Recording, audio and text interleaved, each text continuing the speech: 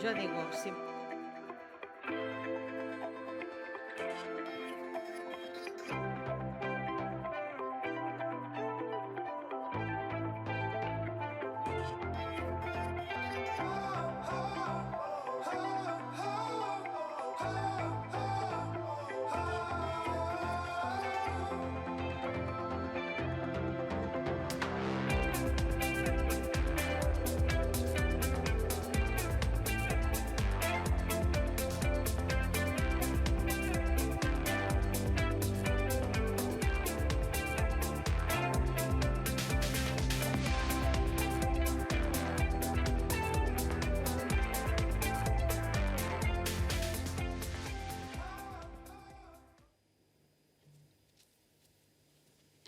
Hola, buenos días a todos. En primer lugar, desear y esperar que estéis todos bien y muchos también a punto de iros de vacaciones.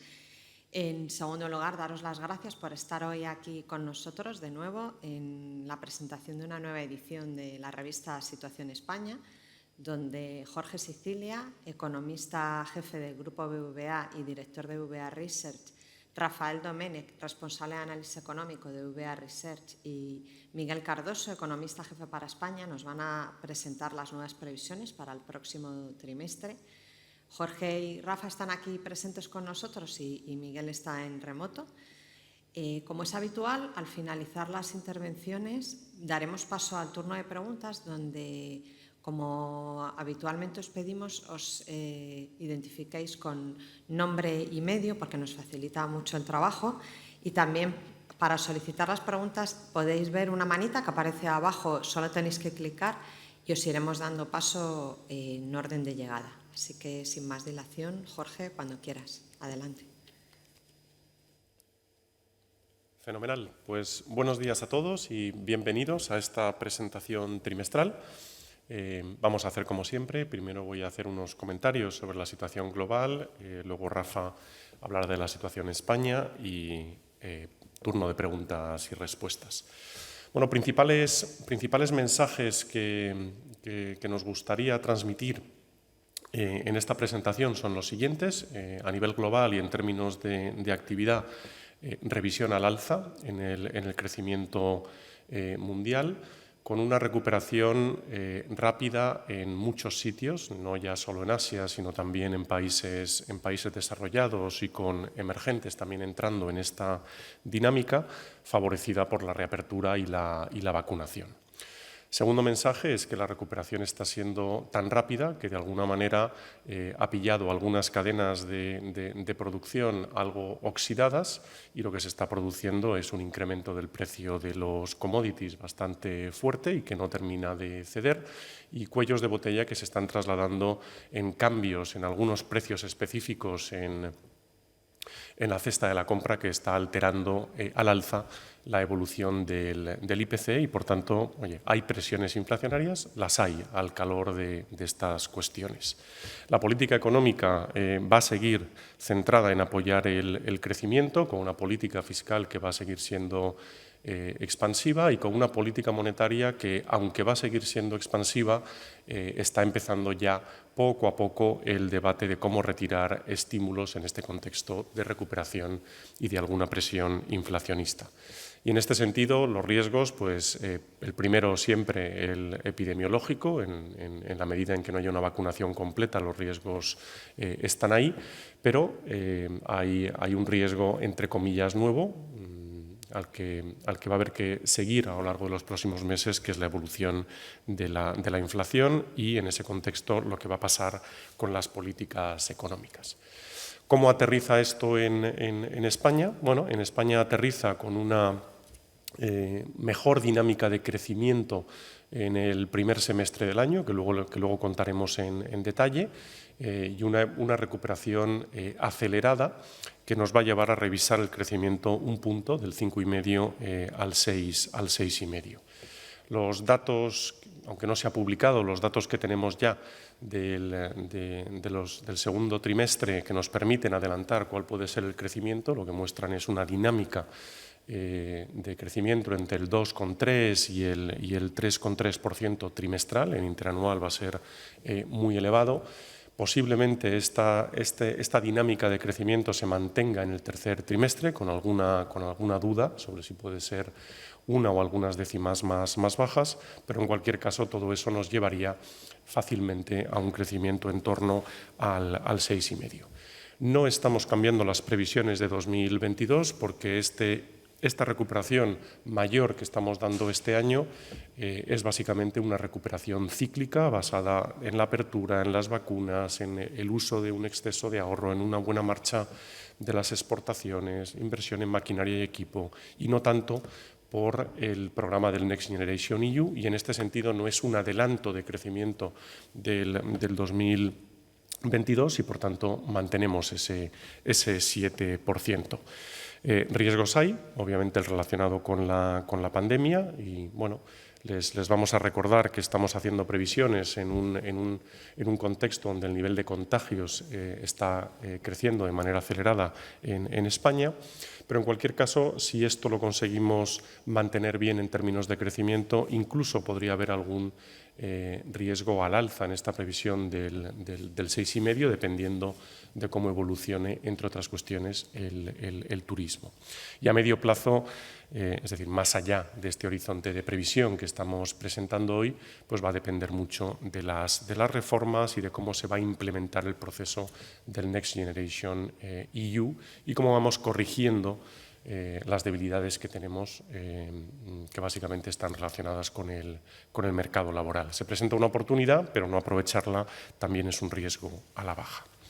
Muy bien, ¿qué es lo que hemos tenido rápidamente en este trimestre? Respecto a COVID, hemos tenido una vacunación creciente.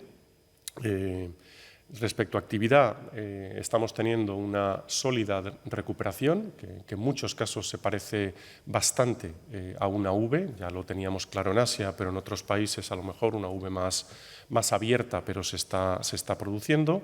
Lo que tenemos es una política económica que va a seguir centrada en el crecimiento y donde, aunque la política monetaria va a ir avanzando en la retirada de estímulos, yo creo que los cambios de estrategia recientes de la Reserva Federal y más reciente todavía del Banco Central Europeo dan margen para pensar que este proceso de retirada va a ser lento, salvo que tengamos un periodo de inflación que no tenemos en el escenario base.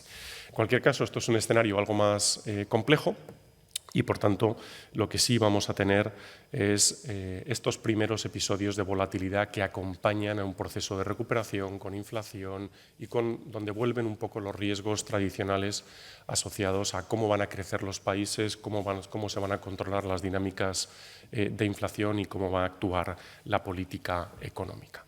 Muy brevemente, lo que pueden ver en esta gráfica es la evolución de la vacunación, pero sobre todo, si se fijan, lo que ha ocurrido entre abril y mayo es el mensaje de que da la impresión de que los países han mantenido la movilidad a pesar de un incremento de contagios, han aprendido a gestionar el proceso del COVID sin un impacto económico asociado a una menor movilidad. Y estos son datos globales, agregados. Hay muchas historias dentro de esta gráfica, pero en general ese patrón yo creo que claramente se puede ver. Y aquí lo ven un poquito más separado entre países. Lo que tienen es en la población vacunada en el eje vertical, lo que tienen es el índice de restricción de movilidad en el eje horizontal. Hay más o menos una relación negativa, pero fíjense que el conjunto de países que está situado arriba a la izquierda en ese cuadrante, que es donde está la mayor parte de países europeos, con restricciones a la movilidad bajas a cuenta de unos procesos de vacunación elevados, lo cual hace pensar que los episodios que estamos viendo ahora, sobre todo fijándonos en el Reino Unido, que va algo por delante en este proceso de contagios con la nueva variante concentrada en gente más joven, son elementos que no necesariamente tienen que llevar a un menor crecimiento. Bien, lo que hemos tenido también, seguimos teniendo nada más datos oficiales del primer trimestre, el segundo trimestre son previsiones en todos sitios, Pero como ven aquí, digamos, el principio del año ya ha sido mejor. Fue claramente positivo en Estados Unidos, se mantuvo a un ritmo bueno en China y aunque fue negativo en Europa, pues fue menos negativo de lo que se esperaba. Tenemos, por tanto, un comienzo de año relativamente mejor que el que estábamos esperando. Al tiempo, también hemos tenido sorpresas de inflación. Lo que les hemos traído aquí no son previsiones, directamente, quiero decir, lo que es la línea, lo que tienen es cómo ha evolucionado la inflación y el puntito que tienen es cuál era la previsión que teníamos de inflación antes de que se conociera, obviamente, en cada una de las tres grandes zonas. Y yo creo que lo que se ve básicamente es que ha habido sorpresas de inflación en Estados Unidos y en Europa, sí. También estamos viendo que ha habido una aceleración de inflación más en Estados Unidos que en Europa, pero que esas sorpresas de inflación han sido mayores en Estados Unidos, que va también con un proceso de recuperación algo más acelerado que el que tiene Europa. Y bueno, aquí les traigo un recordatorio que va a ser importante a la hora de calibrar ese mensaje de qué puede pasar con la inflación, porque bueno, a corto plazo, efectivamente, lo que sí estamos teniendo son estas presiones del precio de las materias primas, es estos cuellos de botella que hay en la producción en algunos sitios, es esta falta de recursos laborales en algunos países.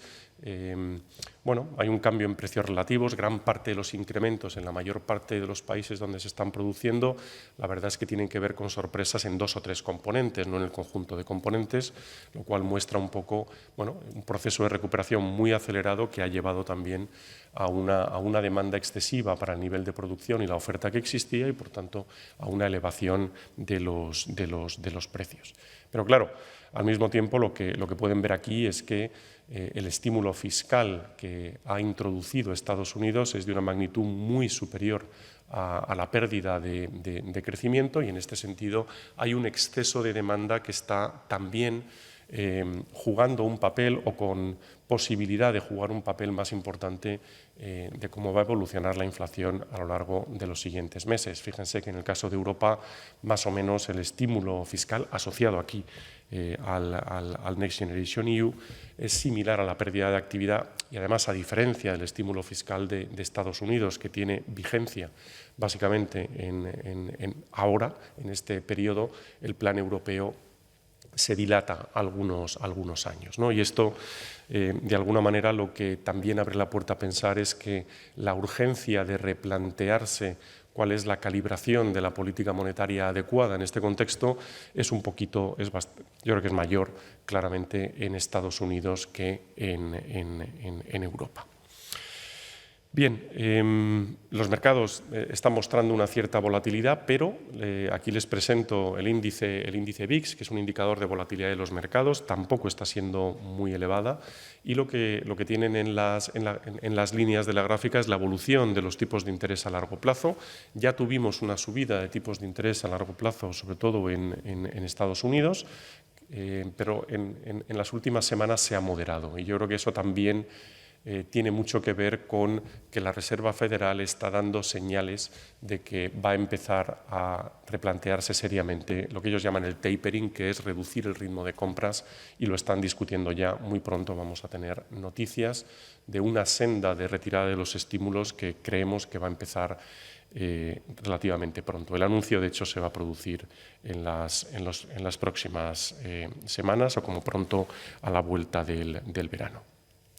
Bien, perspectivas donde hacemos previsiones. Mantenemos la idea de que el proceso de vacunación va a continuar y vamos a ir a una cierta convergencia a la normalidad, que la dinámica de crecimiento global, crecimiento del comercio va a seguir siendo fuerte, más fuerte de lo que hemos visto en los últimos años, obviamente, y con riesgos incluso al alza de que esta dinámica de crecimiento global pueda llevar a mayores ritmos de crecimiento que lo que tenemos en previsiones, una política económica que va a seguir siendo prudente, pero va a empezar a retirar esos estímulos, como digo antes, en Estados Unidos que en Europa, y todo esto nos va a llevar a que esta volatilidad que estamos viendo en los mercados financieros continúe, y por tanto esto van a ser elementos que van a empezar a jugar un papel más importante en la evolución de las economías.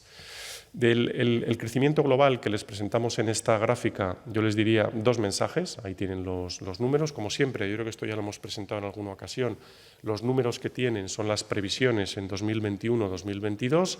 Entre paréntesis, debajo lo que tienen es la revisión que hemos hecho respecto a las previsiones anteriores.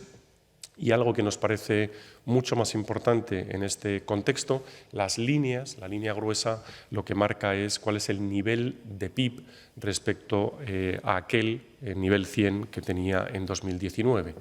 Y la línea punteada es la tendencia de crecimiento que hubiéramos tenido antes de la pandemia. Y con todo esto en la cabeza, esta gráfica lo que da son, yo creo que dos mensajes fuertes. El primero es que las revisiones son al alza. En Estados Unidos, en Europa y en China, y por tanto también a nivel global, sobre todo en el 2021. Y en segundo lugar, que el ritmo de recuperación de los niveles de PIB es diferente por países. En Estados Unidos el nivel de PIB al final del 2022 va a ser superior al que hubiera tenido si no hubiera habido pandemia. En Europa se va a acercar, pero no lo va a encontrar, y desde luego sí va a superar los niveles que tenía en 2019, antes de la pandemia. China claramente está en la tendencia desde hace ya unos trimestres, y el mundo, obviamente con estos países grandes que pesan mucho y con la recuperación asiática, aunque no va a alcanzar el nivel de PIB previo a la pandemia, sí va a superar.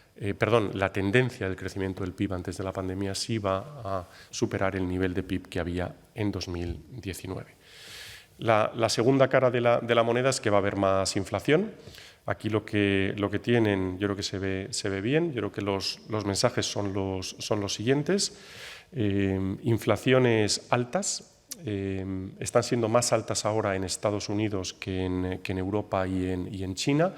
Más o menos a final del 2021, lo que estamos viendo, a final de este año, lo que vamos a ver es que la inflación va a ser un fenómeno global, y en el sentido, Europa ha tenido menos inflación hasta ahora, pero en la medida en que se recupere el precio de la electricidad, de los commodities, de estas restricciones de movilidad, va a hacer que sea elevada. Eso en primer lugar. El segundo mensaje es que la inflación se va a mantener alta y por encima de los niveles del promedio que tuvo entre el 2010 y el 2019 en Estados Unidos, algo que por otra parte la Reserva Federal no le importará en la medida en que ha cambiado su estrategia, siempre y cuando esto no se traslade en mayores expectativas de inflación. Pero el otro mensaje es que en Europa, sin embargo, a la espera de ver qué ocurre con la política monetaria una vez termine el PEP en marzo del año que viene, hoy por hoy es difícil pensar que va a haber inflaciones de manera sostenida en 2022 por encima del 2%. Las previsiones que tenemos es que se va a situar en el promedio del 2010 y 2019 por debajo del 2%. Clave en la evolución de la inflación, aparte de que se solucionen estos problemas de oferta en el corto plazo, en el medio plazo tiene que ver con la interacción de la política fiscal y la política monetaria. Y tiene que ver con los precios de los commodities. Por ahora vamos con algo de error en las previsiones. Pensábamos que los commodities iban a moderar algo antes y que la oferta iba a reaccionar. No lo ha hecho. Estamos actualizando un poquito esas previsiones para pensar que se van a mantener en niveles altos, pero no se van a acelerar, pero errores en la previsión de los commodities también implicarán cambios en las previsiones de inflación. Y como he dicho antes, que era clave para ver qué puede pasar con la dinámica de crecimiento e inflación, el que ocurra con las políticas económicas, les traemos aquí un resumen de las expectativas de política monetaria y de política fiscal en las tres zonas, ¿no? En Estados Unidos el tapering comenzará a principios del 2022, aunque se anunciará que comenzará a principios del 2022 o en torno a principios del 2022 muy pronto. y no creemos que vayan a empezar a subir los tipos de interés hasta principios del 2023. Podrían adelantarlo algo. De hecho, el hecho de que estemos diciendo principios del 2023 ya es un adelanto respecto a las previsiones que teníamos hace 3 meses. Y creemos que va a venir estímulos adicionales en torno a 7 puntos del PIB por la parte de inversión. Estos estímulos estarán más repartidos en el tiempo, pueden venir acompañados de algún tipo de incremento impositivo, no van a generar tanta dinámica de calentamiento como la que hemos tenido hasta ahora. En Europa, más importante para lo que ocurra más importante no lo sé, pero al menos igualmente importante para lo que ocurra en España, el problema que tienen, o la cuestión que tienen que resolver es que el programa de compra de activos que se llama PEP y es el que está activado ahora mismo con mucha mayor intensidad, se termina en marzo del año que viene y, por tanto, es posible que después del verano haya algún anuncio de reducción del ritmo de compras para que no haya una reducción fuerte en marzo del año que viene, pero eso todavía está por ver. La semana pasada el BCE anunció su nueva estrategia, un objetivo simétrico en torno al 2% y con una señal de que actuará de manera mucho más decidida si se acerca a lo que ellos creen que es el límite inferior de los tipos de interés de política monetaria, básicamente que si se acerca, si la inflación está por debajo de su objetivo y tienen poco margen de política tradicional, serán muy agresivos. Y claro, la siguiente parte del debate, que por lo que ha anunciado la presidenta Lagarde se va a producir en el siguiente Consejo de Gobierno, es qué van a hacer con la compra de activos en este contexto. Y esto, que es algo más táctico que estratégico, todavía no lo tenemos en la cabeza, pero bueno, el riesgo, si no se sustituye el programa PEP de compra de activos por otro tipo de programas, es que las emisiones de deuda no van a tener ese comprador de última instancia o de primera instancia que a lo largo de deuda pública y de otro tipo de activos que a lo largo de los últimos meses ha estado en manos del Banco Central Europeo. El ENGEU en Europa sigue. Las reglas fiscales se ha pospuesto su debate y, por tanto, no van a entrar en vigor tampoco en 2022, pero van a terminar entrando en vigor seguramente en 2023. Y la combinación de este elemento, básicamente del PEP que termina el año que viene, de que a mitad del año que viene hay que empezar a debatir cómo son las reglas fiscales y se va a empezar a saber, yo creo que sitúa a las economías europeas en un contexto donde los mercados crecientemente van a estar interesados en saber cuál va a ser el crecimiento a largo plazo, cuáles van a ser las reformas, cuál va a ser la senda de sostenibilidad fiscal hacia adelante. Y en China va a lo suyo.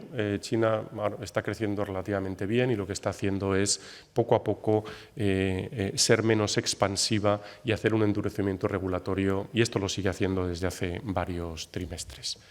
Riesgos, y con esto termino. Siempre primero los riesgos epidemiológicos, que es verdad que van perdiendo importancia, pero pueden resurgir en cualquier momento con nuevas variantes. Hay que tener siempre eso en la cabeza por ahora, hasta que la mayor parte de la población mundial no esté vacunada.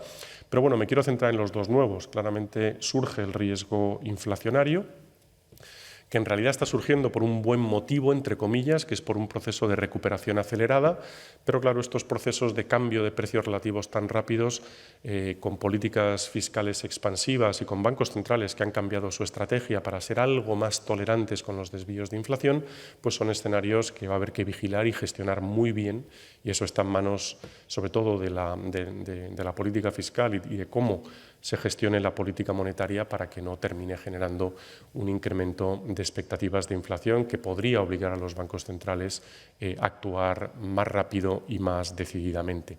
Y en este contexto, muy asociado a estos riesgos y de la retirada de liquidez de los bancos centrales, lo que vamos a tener también son tensiones financieras en los mercados de deuda pública y privada, pero también en otro tipo de activos. No quiero dar una señal de alarma porque la liquidez es enorme, no nos queda claro que necesite haber una corrección en muchos sitios, pero sí es verdad que lo que sí va a haber es mucha volatilidad, porque en la medida en que se cambian las expectativas de la combinación de estos elementos, política fiscal, política monetaria, evolución de la pandemia, recuperación, todo esto se va a ver reflejado en volatilidad de los activos, ¿no?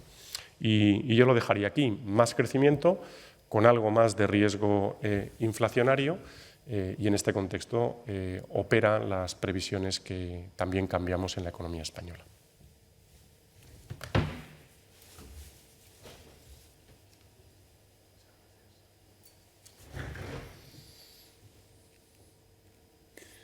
Bueno, buenos días y bienvenidos. Es un placer estar una vez más en la presentación de este informe trimestral, que en la parte que dedicamos a España, la noticia más importante es que revisamos al alza la previsión de crecimiento de 2021 del 5,5% al 6,5%, por lo tanto, un punto por encima, ¿no? Las razones que están detrás de esta revisión son las siguientes, ¿no? En primer lugar, el Producto Interior Bruto se redujo en el primer trimestre del 2021, pero algo menos de lo previsto. Es cierto que la demanda interna terminó cayendo básicamente lo que nosotros preveíamos, unas 9 décimas, pero el buen comportamiento de las exportaciones netas redujo esa caída hasta las 4 décimas y, por lo tanto, tuvimos ahí una sorpresa aproximadamente de medio punto, ¿no? Mejor comportamiento del sector exterior, también algo mejor del consumo de los hogares y, por lo tanto, un punto de partida para el crecimiento del segundo trimestre mejor que el previsto. También tenemos que tener en cuenta que hace 3 meses, cuando hicimos estas previsiones económicas del 5,5 de crecimiento para 2021, nos encontrábamos en medio de la cuarta ola, la incertidumbre era en aquel momento elevada, como lo había sido 3 meses antes el hecho de que también nuestras previsiones del mes de enero coincidieron con la tercera ola, ¿no? Y ahora, curiosamente, presentamos, ¿no?, previsiones con esta quinta ola, ¿no? En cualquier caso, afortunadamente lo que vimos es que en el momento de hacer las previsiones nos encontrábamos en un máximo de esta cuarta ola y, por lo tanto, el comportamiento pues, ha sido algo mejor de lo previsto. La tercera razón es que los datos de exportaciones en febrero y marzo sorprendieron también al alza. La recuperación ha sido generalizada por tipos de bien, también por destino, y ha sido, sobre todo, porque esto es muy importante, más intensa en los bienes intermedios, ¿no? Luego, los datos, algo que ya ha puesto en manifiesto Jorge en la primera parte de la presentación, con la evidencia a nivel internacional que también se cumple en España, es que el impacto de las distintas olas sobre la actividad ha ido reduciéndose a medida que las economías, a medida que las sociedades hemos ido aprendiendo a convivir con el virus, ¿no? En este gráfico se puede ver cómo con el mismo exceso de mortalidad, el gasto, en este caso en servicios, pero en general la actividad económica se ha visto cada vez menos afectada con las distintas olas que hemos tenido que ir gestionando. Y todo ello pues termina dando lugar a este gráfico que me parece bastante importante en la presentación, esta parte de la presentación, que es la previsión que tenemos de crecimiento del Producto Interior Bruto en el segundo trimestre.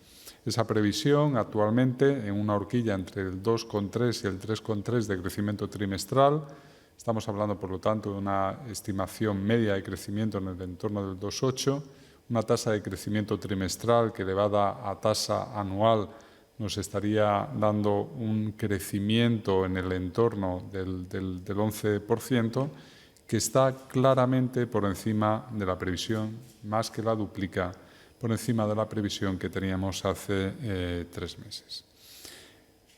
Para el tercer trimestre prevemos una ligera desaceleración, pero en cualquier caso un crecimiento trimestral que podría estar por encima de los 2 puntos, ¿no?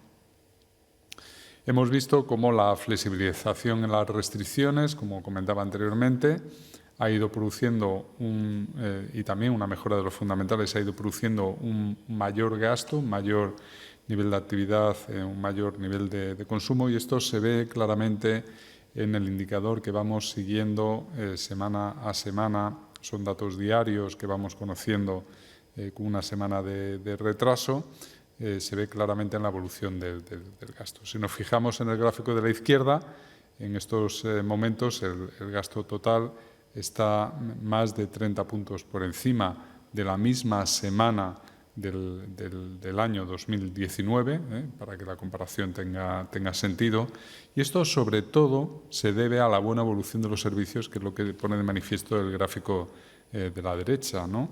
Y además lo que se observa claramente es cómo, a pesar de que ya había claramente se observaba un nivel que estaba por encima del año 2019, se observa una aceleración, una mejora que se produce fundamentalmente a partir de la segunda mitad del mes de abril, esa tendencia ascendente que tiene mucho que ver con precisamente la flexibilización de las restricciones y la extensión de la campaña de vacunación, ¿no? Y esto también lo hemos observado en la recuperación tan intensa que ha tenido el gasto presencial con tarjetas realizado fuera de la provincia habitual de residencia.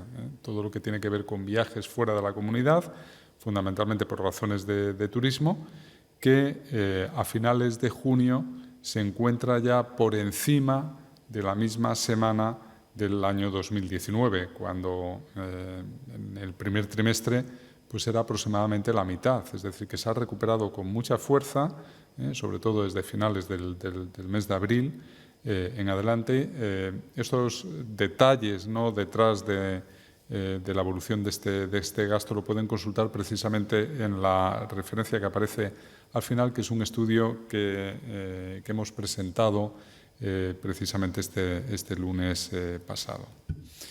Vemos cómo se recupera el gasto nacional fuera de lo que es la residencia habitual. También se está recuperando, aunque con mucha más debilidad, más lentamente, y lo hace sobre niveles mucho más bajos, el gasto presencial con tarjetas extranjeras, ¿no? Por lo tanto, esta es la dimensión en la que más tenemos por ganar durante los próximos meses, en función de la apertura que se vaya haciendo del turismo internacional. Otra variable que ya ha recuperado los niveles precrisis, de hecho es la primera en hacerlo, es la inversión en maquinaria y bienes de equipo, como se puede ver en este gráfico, en el que se compara su evolución durante esta crisis con respecto a la crisis anterior. Desde el año 2008 al 2019 prácticamente tardamos 10 años en recuperar el nivel previo al que tenía esta variable en el segundo trimestre del 2008. En esta ocasión, muy rápidamente hemos recuperado ese nivel 100, por lo tanto ha sido una crisis muy intensa pero de corta duración y en una variable que es muy importante en la medida que adelanta cuáles son las expectativas de las empresas sobre el crecimiento económico y que podría estar también adelantando futuros incrementos de la productividad. El mayor avance que hemos visto de la economía mundial en la primera parte de la presentación se traduce también, o es uno de los motivos de esta revisión al alza. Prácticamente estamos hablando de 2/10 de esa revisión que se deben a la mejora de la previsión de la eurozona y casi de 4 o 5 centésimas por la revisión que se produce en Estados Unidos y en China. Por lo tanto, sumando esta mejora en las previsiones de estas tres grandes economías, estarían explicando aproximadamente la cuarta parte de esa revisión de un punto en nuestras previsiones de crecimiento. Luego también, como ya pudimos analizar hace 3 meses, ¿no?, hemos vuelto a ver cómo ha evolucionado la bolsa de ahorro embalsado, que aumentó en el primer trimestre. Estimábamos que con el cierre del 2020, al cuarto trimestre del año pasado, esa bolsa era aproximadamente de unos 60.000 millones y en el primer trimestre, como consecuencia de la tercera ola, ha aumentado en otros 8.000, ¿no? Y esta bolsa va a ser bastante importante, va a tener una importancia muy significativa a la hora de explicar, por un lado, el consumo de los próximos trimestres y también el propio dinamismo del sector inmobiliario, en la medida que ese ahorro pueda tener estos dos usos, ¿no? Como se puede ver en este gráfico, en el que aparece representado el consumo de los hogares adicional como consecuencia de ese ahorro forzado, aquí estamos haciendo el supuesto de que ese ahorro adicional se percibe como renta, podría impulsar el consumo privado en promedio entre 1,1% y 2 puntos en 2021 y en 2022. Pero también va a impulsar el gasto en vivienda y este buen comportamiento, ¿no?, de ese ahorro junto con el de otros fundamentales ha sido determinante para evitar un hundimiento del precio de la vivienda, como ha ocurrido en otras crisis anteriores. Esta crisis, como pone de manifiesto este gráfico en la evolución del precio de la vivienda en términos reales, no tiene nada que ver con la crisis de los años 70, la crisis de los años 90 o la explosión de la burbuja inmobiliaria a partir del año 2008. Estamos hablando de que prácticamente los precios de las viviendas se han mantenido y que los fundamentales del sector son mucho mejores en esta ocasión que en el pasado. En parte, la buena evolución del mercado de la vivienda tiene mucho que ver con la evolución de la renta disponible de los hogares, que a su vez se ha visto positivamente afectada precisamente por los ERTEs. Los ERTEs se han extendido, esa extensión es bienvenida. Obviamente se necesita transformar todavía, como pone de manifiesto este gráfico. Hay mucha dispersión regional, con diferencia en las dos comunidades que siguen o que siguen dependiendo más de los ERTE, que se siguen apoyando más en este mecanismo, son las comunidades insulares, muy dependientes del turismo, que ha sido, sobre todo el turismo internacional, el más afectado por la pandemia. Hacia adelante, pues va a ser necesario transformar este mecanismo y, sobre todo, también desarrollar herramientas para reorientar la carrera laboral de aquellos trabajadores que puedan verse afectados. Otro de los elementos que condicionan las expectativas es la política fiscal expansiva, no solo por los ERTEs, por otras medidas de apoyo que hemos ido analizando en los últimos trimestres, también las ayudas directas. Hacia adelante, sin duda, la más importante es la de los fondos europeos, la del Next Generation EU, la del Plan de Recuperación, Transformación y Resiliencia, que es un plan suficiente. Estamos hablando de casi 70.000 millones, que equivalen aproximadamente al 60% de la caída del Producto Interior Bruto nominal que se produjo entre el año 2019 y 2020. De hecho, si consideramos la recuperación que ya se produjo en el tercer trimestre, estaríamos hablando incluso de un porcentaje que se acerca al 80% de la caída. Es ambicioso, es muy ambicioso en cuanto a los tiempos de implementación. Tiene en general un diagnóstico adecuado de los principales problemas de la economía española. Esto, obviamente, en parte porque el plan trata de atender las recomendaciones específicas que nos ha venido haciendo durante años la Comisión Europea, pero también presenta algunas dudas, algunas incertidumbres que tienen que ver con lo que nosotros entendemos debilidades o omisiones. No hay una evaluación precisa ex ante de lo que se quiere hacer. Tampoco conocemos bien el calendario claro y detallado, ¿no?, sobre cómo aprovechar este plan. Y sobre todo lo que más nos preocupa es la imprecisión e incertidumbre respecto a las necesarias reformas estructurales, que esto es verdaderamente lo que puede dinamizar el crecimiento potencial y transformar la economía española a medio y largo plazo. Entre los riesgos, ya para ir acabando la presentación, el primero, como ya ha puesto de manifiesto Jorge, es el mismo que en la economía mundial: el control de la enfermedad, el control de la pandemia. En este gráfico aparece en la parte superior precisamente el máximo en el eje vertical, es ese 70% que tenemos que alcanzar ¿no?, para conseguir esa inmunidad de grupo en la sociedad española. Se ha avanzado mucho. Yo creo que lo vamos a ver como en los próximos meses, en las próximas semanas, se van a alcanzar los objetivos y, de hecho, todo apunta a que lo vamos a alcanzar incluso por encima de otros países donde hay un rechazo mayor por parte de la población a esta campaña masiva de vacunación. Afortunadamente en España no está ocurriendo y eso pues, permite incluso que la demanda sea casi mayor que la de la propia oferta, ¿no? En segundo lugar, dependemos mucho no solo de nuestra campaña de vacunación, sino también de la que hagan en los principales países de donde provienen los millones de turistas que habitualmente pues, han hecho sus vacaciones en España. Las buenas noticias es que esa campaña está avanzando. Las malas es que la recuperación del turismo extranjero está siendo más lenta que la del turismo nacional.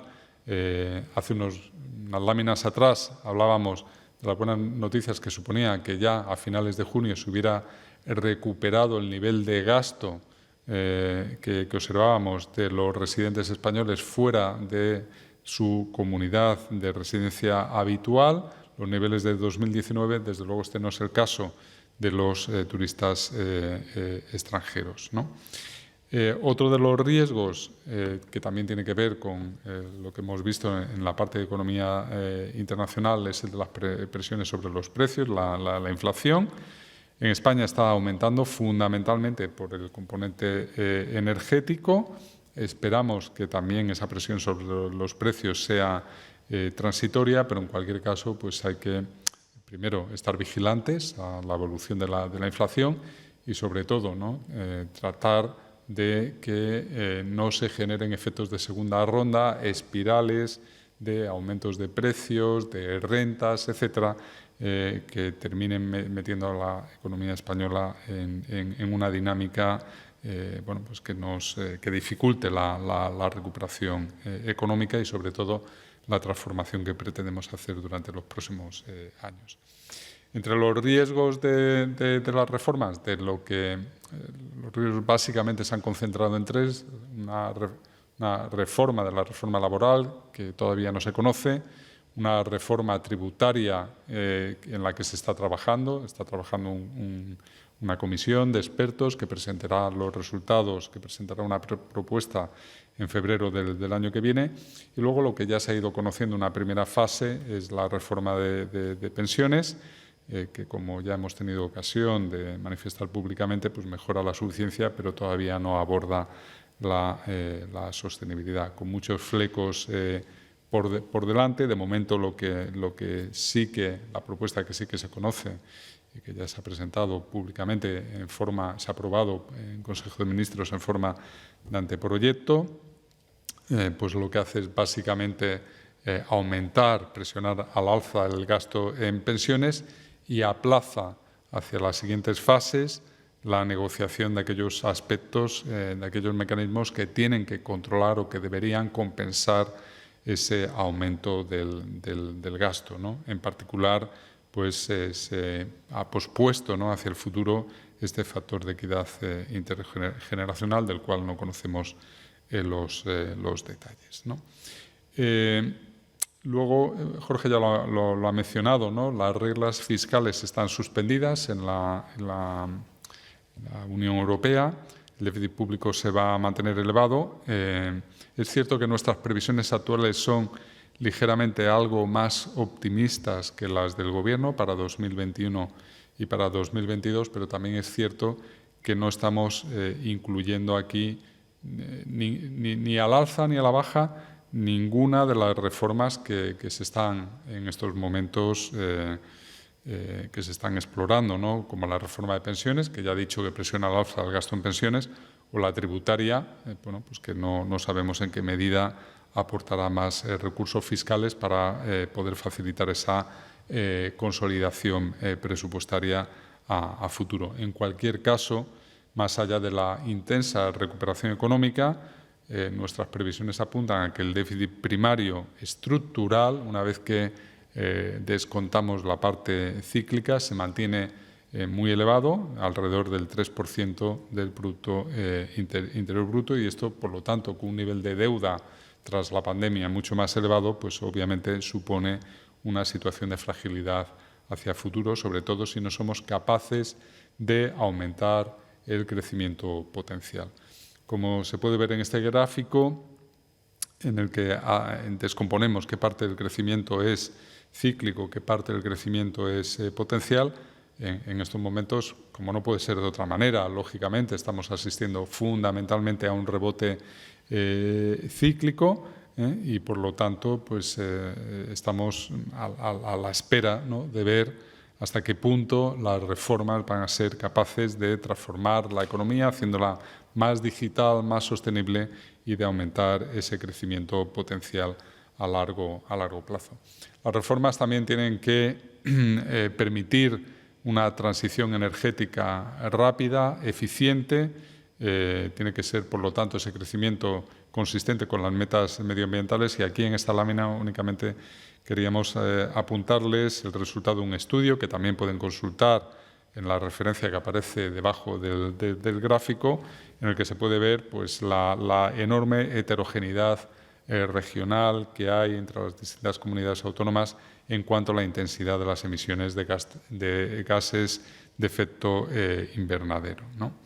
Y por último, para acabar la presentación, pues los riesgos, ¿no? El primero de ellos, obviamente, sin lugar a dudas, y no hace falta destacarlo aquí, sigue siendo el epidemiológico. Afortunadamente, y ese es nuestro escenario base, la campaña de vacunación avanza a muy buen ritmo. Claramente estamos reduciendo la brecha que se había abierto entre aquellos países que iban más avanzados, como era el caso de Estados Unidos y también el Reino Unido. Cada día, cada semana se va reduciendo esa brecha, pero luego tenemos el riesgo de no abordar las medidas necesarias. Este riesgo no tiene que ver con que nos lo pida la Comisión Europea o no, con que nos lo pidan nuestros socios europeos.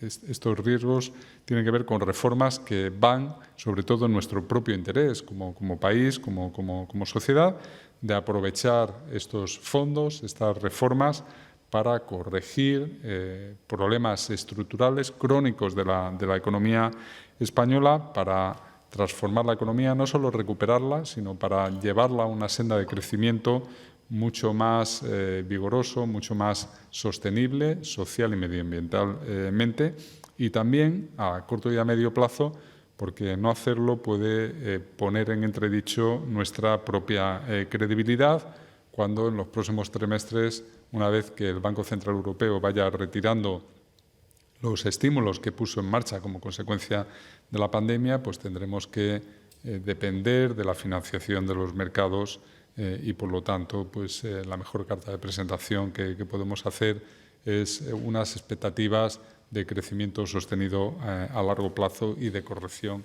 de nuestros desequilibrios y problemas estructurales que nos han acompañado durante las últimas décadas.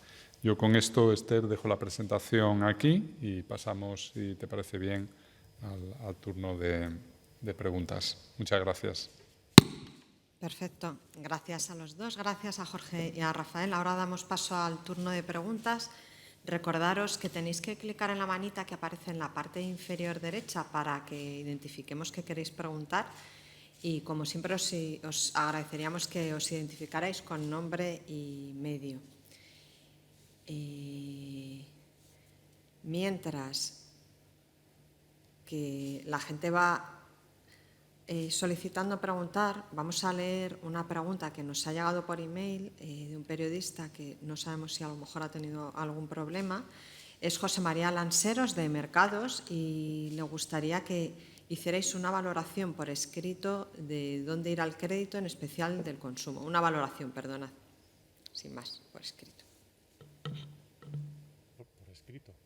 No, una valoración de hacia dónde irá el crédito, especialmente el del consumo. Nos lo pedía por escrito, lo he leído yo mal, disculpa. Fenomenal. Miguel, ¿quieres tomar esta pregunta, por favor? Sí, claro. Básicamente lo que tenemos en estos momentos, bueno, primero que nada, buenos días a todos, muchas gracias por su asistencia. Y en general no damos previsiones de crédito. Sí que es cierto que lo que venimos observando es una desaceleración de la primera recuperación que se dio en esas nuevas operaciones de crédito en el tercer trimestre del año anterior. Esas nuevas operaciones de crédito más o menos se han quedado alrededor de un 20% por debajo de los niveles que estábamos observando hasta 2019. Y el reciente comportamiento no ha sido mucho más diferente. Se han mantenido esas nuevas operaciones de crédito alrededor de esos niveles y sobre todo a corto plazo siguen resintiendo el hecho de que el consumo de bienes duraderos no se está recuperando, en particular las ventas de automóviles. En todo caso, pensamos que con la implementación del programa MOVES 3, esto podría incrementar la necesidad de crédito durante los próximos meses, pero no va a ser suficiente para que el crédito tenga un crecimiento relativamente elevado. Buena parte del consumo que estamos observando se está dando, como ya dijo Rafa, como consecuencia utilizando esos recursos que se tomaron durante ese ahorro que se acumuló durante la crisis y por lo tanto, pues básicamente estamos previendo hacia final de año probablemente un entorno de estancamiento en el crédito al consumo. Pero como decía, eso es más, digamos, basado en el comportamiento que hemos observado durante los últimos 6 meses. Solo un apunte. Fíjate, José María, que claro, con esta bolsa de ahorro lo que sí estamos viendo es que posiblemente parte del uso de esta bolsa de ahorro o se utilice directamente para consumir, poca necesidad de crédito al consumo en ese sentido, o se dé de entrada para un crédito hipotecario, que las hipotecas sí están creciendo a un nivel muy fuerte, ¿no? Ahora, con todo este tema del MOVE, se comentaba Miguel, yo creo que la demanda de bienes duraderos hace pensar que este año no, como dice Miguel, va a ser débil, pero sí se va a acelerar el crecimiento del crédito al consumo en el 2022. Gracias, Miguel. Y Jorge, deciros que en este ratito que estamos dando para solicitar preguntas no ha llegado ninguna, con lo cual entendemos que la presentación ha sido hiperclara, no es lo habitual en este caso, pero sin más yo creo que podemos... Perdonad, lo he dicho, le he dado tiempo a Sergio Martín. Sergio, cuando quieras. Buenas, ¿me escucháis? Sí, perfectamente. Buenas, ¿qué tal? Soy Sergio Martín de Economía Digital. Nada, yo quería preguntarles, bueno, han comentado en la parte de los riesgos la importancia de acometer las reformas.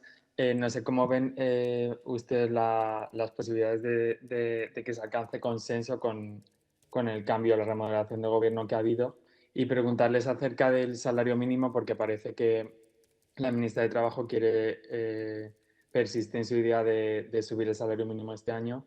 ¿Cómo ven ustedes esta medida, o si creen que es necesaria o que habría que esperar, como prefiere Nadia Calviño, a ver cómo evoluciona el mercado de trabajo en la segunda parte del año?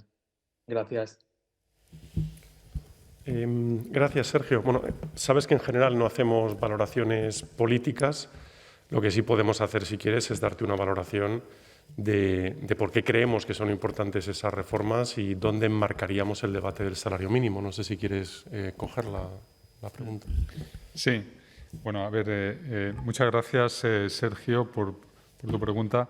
Nosotros lo que, como sabes, venimos diciendo, porque entendemos que además, desde el punto de vista de la cohesión social, eso es lo más relevante ahora, lo importante es la recuperación del empleo. Recientemente se ha publicado el informe que ha hecho el Comité de Expertos sobre el salario mínimo interprofesional. Ahí claramente ese informe estaba hecho para poder satisfacer el compromiso de que el salario mínimo alcance el 60% del salario medio, y por lo tanto lo que hace este informe básicamente es calcular con las distintas fuentes disponibles cuál es ese salario medio, pero no se pronuncia claramente sobre el ritmo de subidas, ¿no? Sobre cómo alcanzar ese objetivo, ¿no? Es muy importante que la consecución de este objetivo no impida la empleabilidad de los colectivos más vulnerables. Nuestras estimaciones o las que ha hecho el Banco de España pues indican, ¿no?, que el aumento, sobre todo cuando es demasiado rápido el salario mínimo, puede poner en riesgo el empleo de algunos de estos colectivos, especialmente el de los jóvenes, ¿no?, que bueno, pues pueden tener más dificultades para incorporarse por primera vez al mercado de trabajo, sobre todo si no tienen experiencia laboral, si lo hacen en base a un contrato de formación, ¿no? Y luego también recordar algo que hemos venido diciendo, no ya ahora, sino que durante los últimos años, ¿no? Desde que en el año 2017 se emprendió la subida, ¿no?, esta fase de subida del salario mínimo, la importancia de evaluar, ¿no?, las subidas que se han ido produciendo. 2017-2018, sin duda alguna, la más importante por la cuantía ha sido la del 2019 y 2020. Es fundamental, ¿no?, evaluar, realizar esa evaluación. Lamentablemente no conocemos bien todos los efectos, ¿no?, que ha tenido la repercusión de la subida del 2019, a qué trabajadores afectó, si tuvo o no un efecto sobre el número de horas trabajadas o en qué medida sirvió para reducir la desigualdad salarial y, lo que es más importante, la desigualdad de la renta, ¿no? Entonces, que tiene que alcanzarse ese objetivo, pues desde luego forma parte no solo de una estrategia del Gobierno de España, sino también de toda la Unión Europea. Esto es una recomendación del propio Parlamento Europeo, una recomendación que está en línea de la Comisión Europea, pero es muy importante que el ritmo sea el adecuado para no poner en riesgo la creación de empleo, ¿no? Y yo creo que ese es el reto principal.